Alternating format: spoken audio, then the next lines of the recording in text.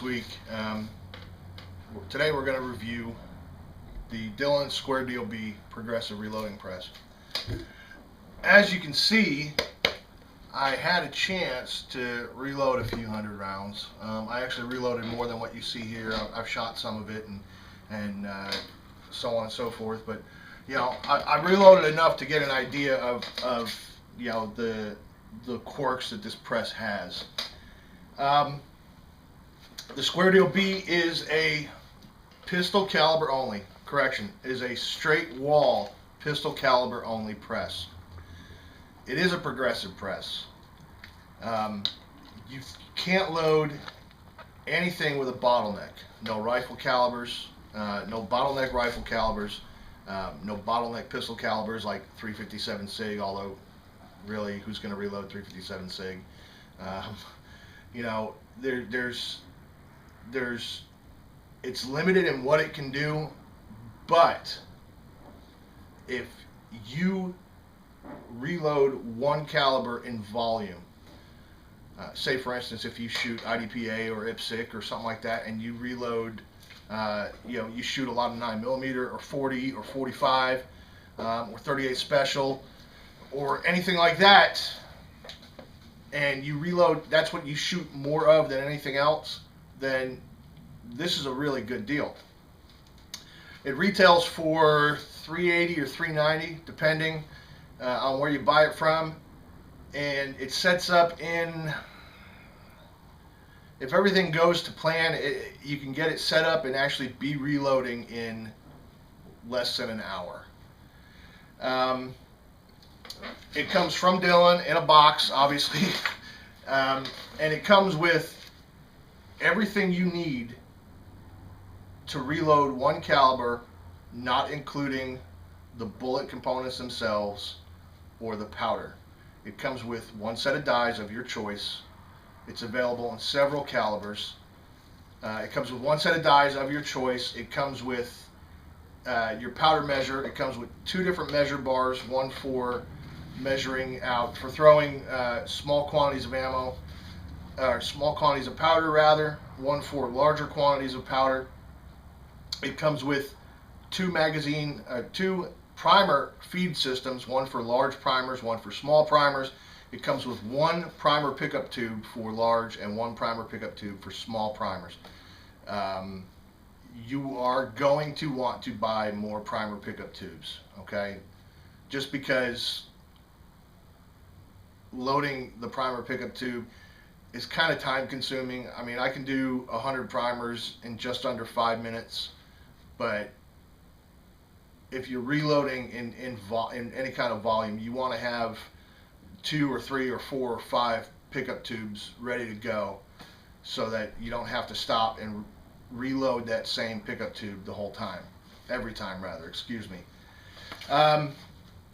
It comes with, well, you know, one of these, you know, a little bullet box type thing, and it comes set up from the factory ready to go. It has factory settings that are the most common. Now, I know for the loads that I'm loading in this, I had to adjust the factory settings. I had to adjust the seating die for to get to where I want to be on these rounds for overall length. The crimp die to get to the kind of crimp I want. And obviously you're going to have to adjust the powder throw and everything else for however many grains you're trying to throw. But it comes with a decapping and resizing die, okay? It comes with a charging die, and it comes with a seating die and a crimp die. Now you'll notice on station 1 here, I called this a decapping and resizing die. Now what is that? That is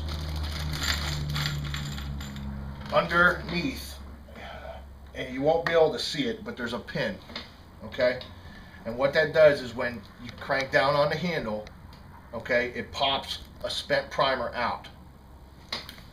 At the same time, it resizes your cartridge. Now, you're thinking to yourself, Why does this cartridge need to be resized? It's pretty simple. When you fire a gun, okay, this casing, this cartridge expands just a fraction of an inch, okay, because you're setting off a little bomb inside it, and it expands just a fraction of an inch so that the bullet can go down range. Pow, pow. And it contracts almost immediately, but it does not contract all the way. It's going to be just a hair bigger than what you need. So this decapping and resizing die puts this cartridge back to where it needs to be reloaded. After that, it moves over to station 2, which serves two functions. It seats a new primer, and it charges the cartridge with however much powder you've decided you want to run. And the way it does it is, here is your magazine tube for the priming system.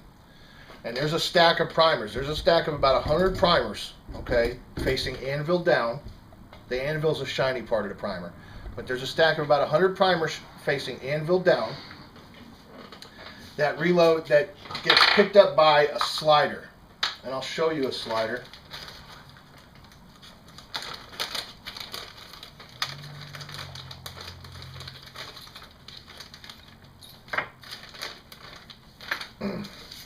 This is a slider. And the way this works is when you pull the handle down, you can see down here the slider's moving out, okay? And on the bottom of the slider is a little spring, okay? And what happens is on the bottom of the magazine tube, there's a little nipple like this, okay? And when this cup catches that nipple, it drops a primer into it, and then on the upstroke, the slider slides back in, and then at the end of the upstroke, you have to push another ½ inch to seat the primer. And what that does is that pulls the bullet down onto the primer cup, which seats it into the space. From there, when it charges, and I went over this a little bit last week, but on the underneath of the powder die, it's actually kind of bell-shaped. So when it charges the cartridge, it flares out the edges of the cartridge. And what that does is it makes it easier when you get to station 3 for you to set a bullet into the cartridge. Okay? Now once it gets to station 3 and you set the bullet in the cartridge, you crank down again, and this is a seating die, and all this does is it pushes the bullet down into the cartridge to your prescribed depth. Okay, whatever depth you have it set at. Now from the factory, it's going to come set within specifications to you really shouldn't have any issues with the way it feeds or anything like that. But on certain loads, you're maybe going to want the overall length of the bullet to be just a little longer, maybe a little shorter. So that's why you do this, okay? After it seats the bullet into the cartridge, it moves over to station 4, okay? And on the downstroke again, this is the crimping die. And then it crimps that bullet that you just seated into the cartridge, and then it spits it out. And I kind of showed you this last week, but I'm going into a little bit more detail today.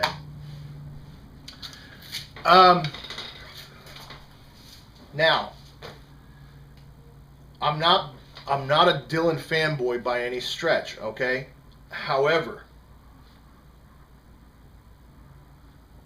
I'm a big fan of Dillon, okay? I'm not one of those guys that, that says, if it ain't blue, it ain't shit, and, and Hornady sucks, and everything else. I will say that I've had nothing but bad luck in my life with lead presses. Lead presses, they're just not there for me, okay?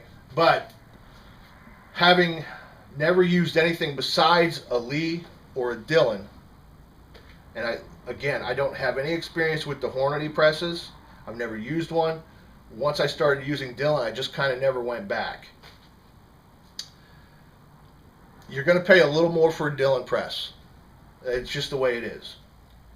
But what you're getting in return for paying a little more, you're getting literally a lifetime no BS warranty. And when I say no BS, I mean no BS. You have a problem with the press, you call Dillon, you say, hey, I have a problem with the press, okay? They either A, have you ship it to them on their dime, and they fix or replace it, or they ship you the parts out. For instance, the Square Deal B comes with one large magazine tube and one of these little red nipples, okay, that helps to feed the large primers. Well, because I was using some jacked up primers when I first started reloading on this machine, it chewed up this little plastic bit. So I called Dillon and I said, hey, I'm having issues with this machine. It doesn't want to feed the primers right. I don't know if it's the primers or if it's the machine. I'm going to switch to my preferred brand of primers, which is Federal Premium Match Primers, and see if that solves the problem. But in the meantime, it has, the machine has chewed up the little red plastic nipple on the end of the magazine tube. Can you send me some? And they said, yep, we sure can. And so they did. But what they also sent me, and I didn't ask for it, was an extra slider. Okay? That's what you get when you buy a Dillon. You get amazing customer support and a literal lifetime no BS warranty. If I have a problem with this press 10 years from now and I need to replace a part, I know I'm not going to pay for that part. Dillon's going to pay for that part.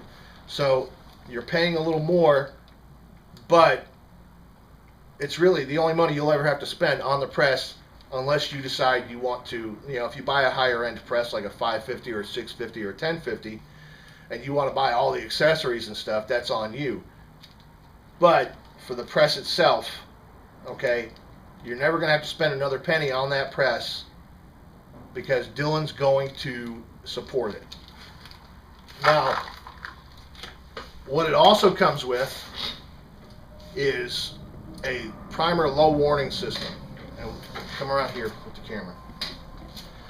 And all that is this little blue box right here. Okay, that sits on top of the primer on the magazine tube. And it comes with a follower. Now, you can see that the follower isn't following very far, and that's because I've got a fresh stack of primers in here.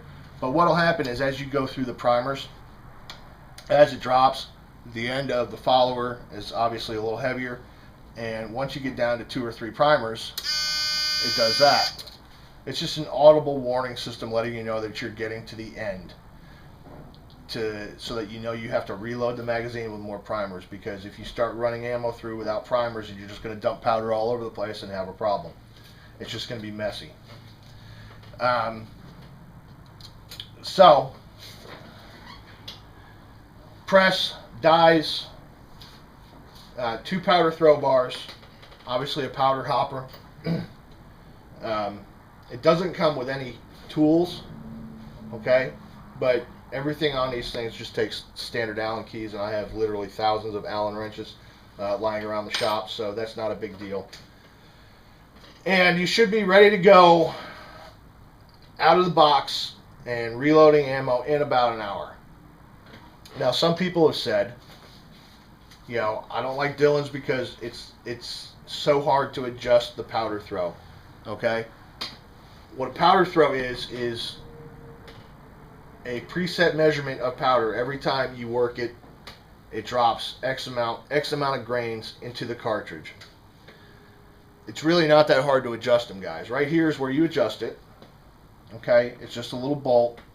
And it's kind of counterintuitive, but, especially if you're raised on a righty-tighty, lefty-loosey kind of thing when it comes to nuts and bolts, if you want less powder thrown every time you crank it, you turn it to your left, counterclockwise.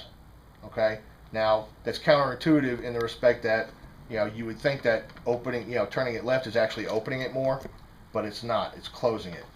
If you want less, or if you want more powder thrown, you turn it to the right, and it doesn't take a lot.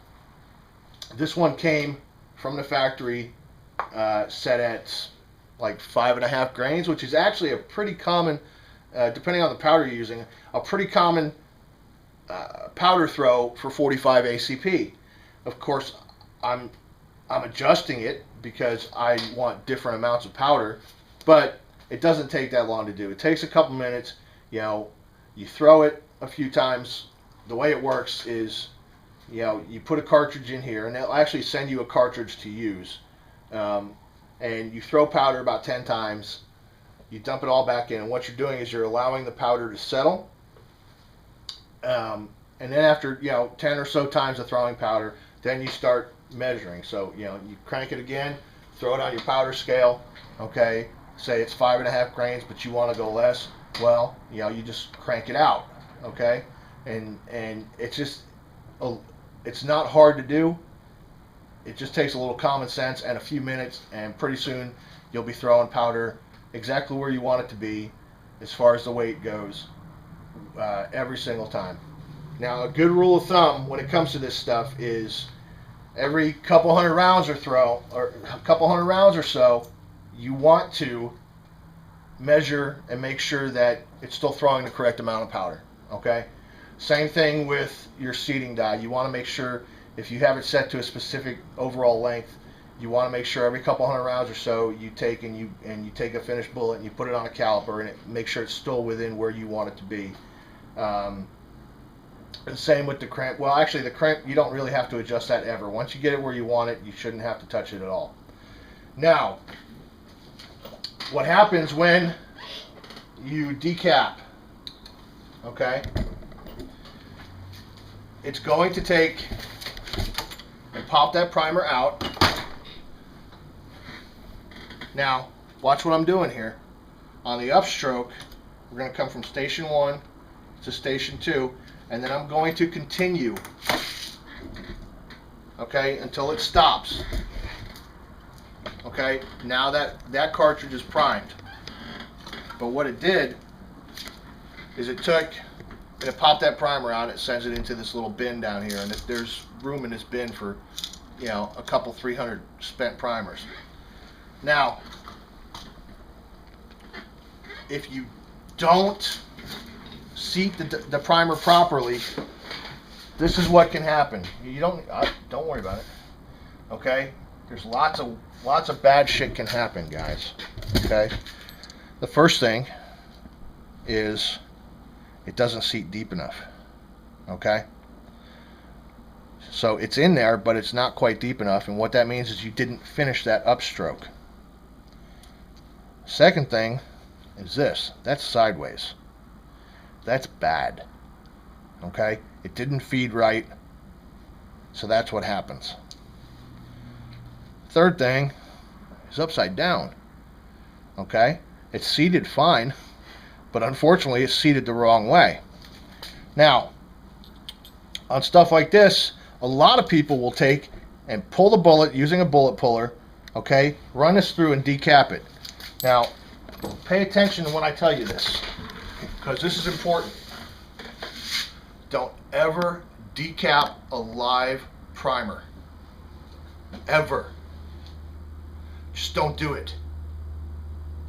It might not go off the first time, it might not go off the 100th time, but eventually, if you decap a live primer, you're going to set that primer off. And if you set that primer off, there's all kinds of bad stuff can happen. I mean, seriously. Think about it.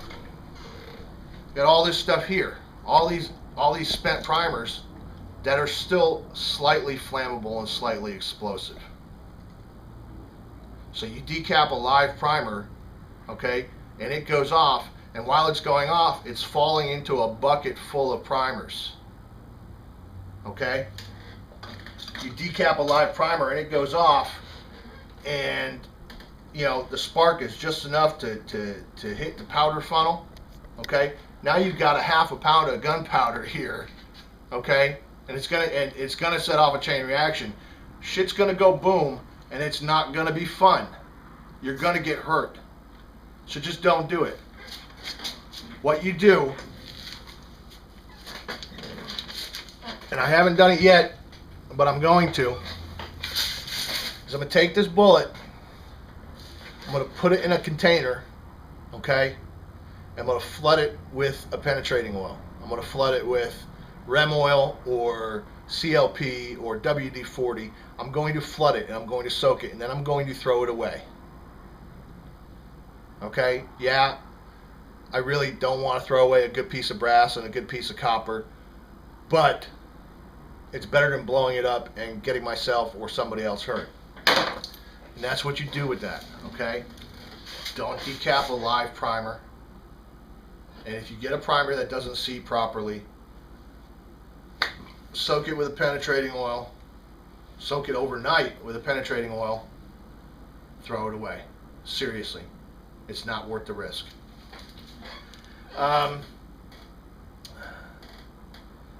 Now, what do I like about this machine?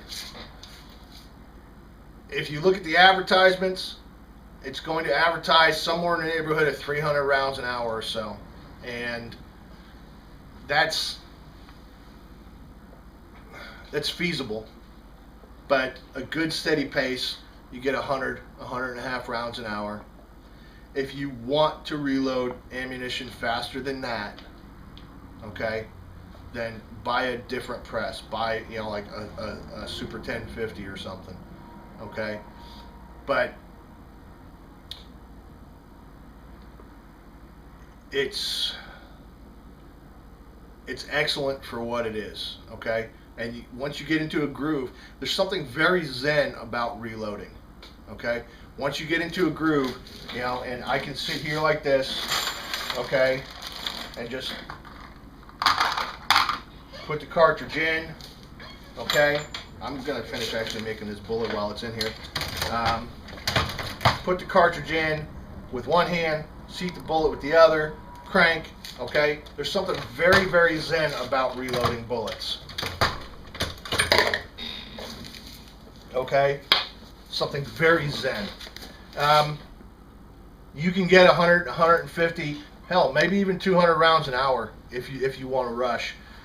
But don't get in a rush, okay? Trust me on this. If you're going to shoot a match the next day, and if you're procrastinating and you know you have a match on Sunday and you don't get around to reloading, to making ammo for it until Saturday night, okay? Most club level, like IDPA matches, you know, you're going to use 150 or so rounds, okay? You can do that in an hour. There's no need to get in a rush, because when you get in a rush, you know, bad things happen. And that's actually kind of a good rule of thumb for anything in life, okay? You know, slow is smooth, smooth is fast. Slow is smooth, smooth is fast. Slow is smooth, smooth is fast. You have to pay attention to what you're doing, because you're making little bombs here, guys.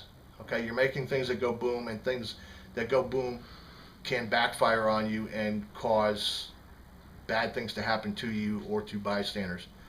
Now, what I don't like about the Dillon, the Square Deal B, is the proprietary dies. Okay, it does not take standard size dies, so you can't take and you know, if you're on arms list or something, and you say you want your Square Deal to load, you know, you decide you're going to load some 9mm too, okay? You can't just buy anybody's dies for this machine. You have to buy Square Deal B specific dies. So it's entirely proprietary. You can't use any other dies on this machine. You can't use these dies on any other machine other than another Square Deal B. That is really the only downside to it.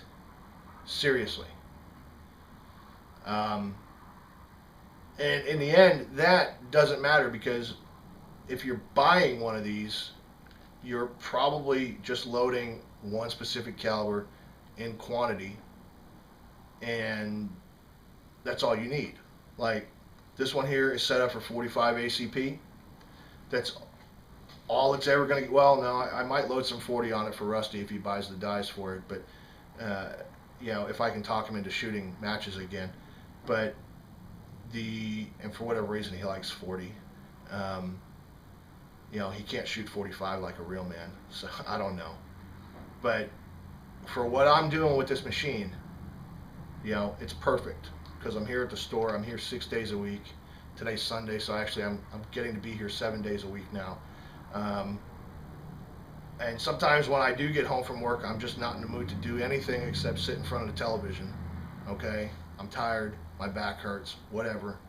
So while I'm here in the store during a slow period, you know, I can come back here, okay, and crank out a box or two of ammo, you know, in 30, 45 minutes, okay, and it's actually very relaxing. So, downsides to the Dillon Square Deal B, the proprietary dies, although that's not a deal breaker by any stretch, okay? If you're going to want, if you're just getting into reloading and you have a laundry list of calibers that you want to reload, but you can only afford one press, then the Square Deal B probably isn't for you. You're going to want a 550 or a 650 or a 1050 or something bigger that's more flexible. However, if all you want to do, or all you primarily do, is a straight wall pistol cartridge, and you do it in quantity, like I've said many times, for matches or whatever, then you really can't go wrong with this.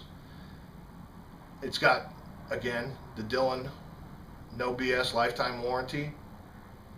It functions as intended. It's not going to break your wallet, okay?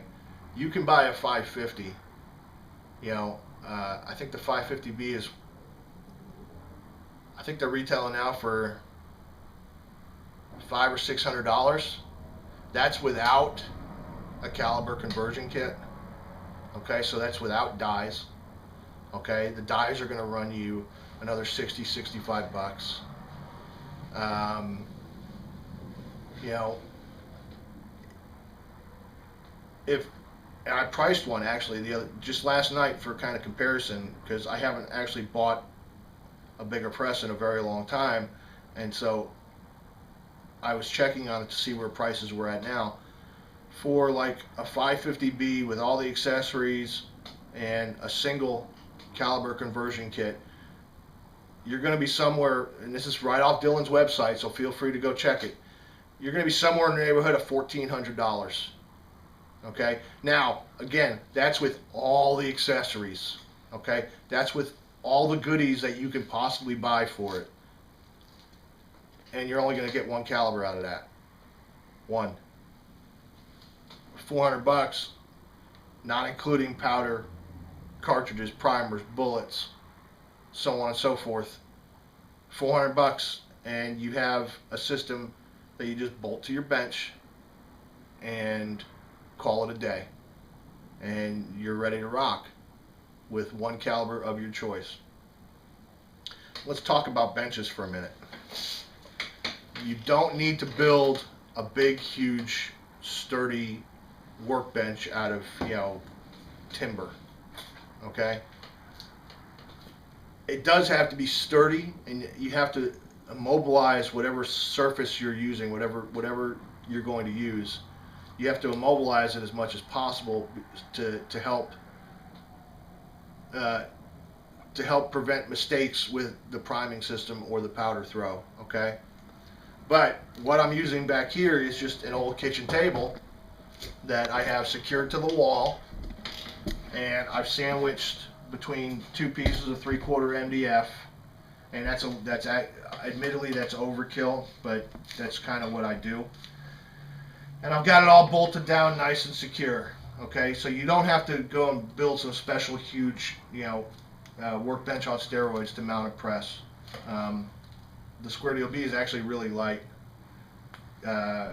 so all in all, a very favorable review in my opinion. I really like this press a whole lot. Okay, and I'll say it one more time: if you reload a pistol caliber cartridge in quantity, then you could do a lot worse than to buy this press.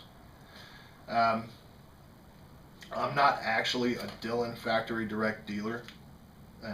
Their initial buy-in for dealers is a little too steep for me to afford at this point. So I buy all my reloading stuff as I have for years. But now as a dealer, I'm buying it from Graff & Sons in Missouri, and I still get a discount off of retail. Because I'm a dealer, it's not as high a discount or as big of a discount as I would if I was buying it directly from Dillon. But again, Dillon has a pretty steep initial order amount for a dealer, and it's more than I can honestly afford right now. But that's okay, because Graff & Sons is awesome. The salespeople there are great. My sales lady, her name is Kirsten, and she's pretty kick-ass. And they're very good there. So you could do a lot worse than to buy something from Graff & Sons, and you can go to their website at graffs.com, I think is the website. I'll throw it down in the description, and you can buy anything you need for reloading directly from them. Their shipping is reasonable. Their hazmat fee is a little high for my taste, but if you buy several thousand primers at once, it's not a big deal. So thank you to Graff & Sons for sending me the press. Obviously, they didn't send it to me for free. I bought it. I just want that known, okay? I'm not getting a bunch of free shit here. Thank you to Dillon for making a good product. Now, the Square Deal B's been around for a really long time, guys. Okay, it's not a new press for them. So I'm sure some of you have probably heard of it by now, but all in all, I really like the press.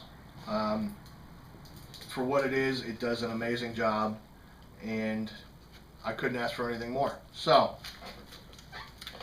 we'll see you guys next week, and it's Rich from GunTortureTests.com.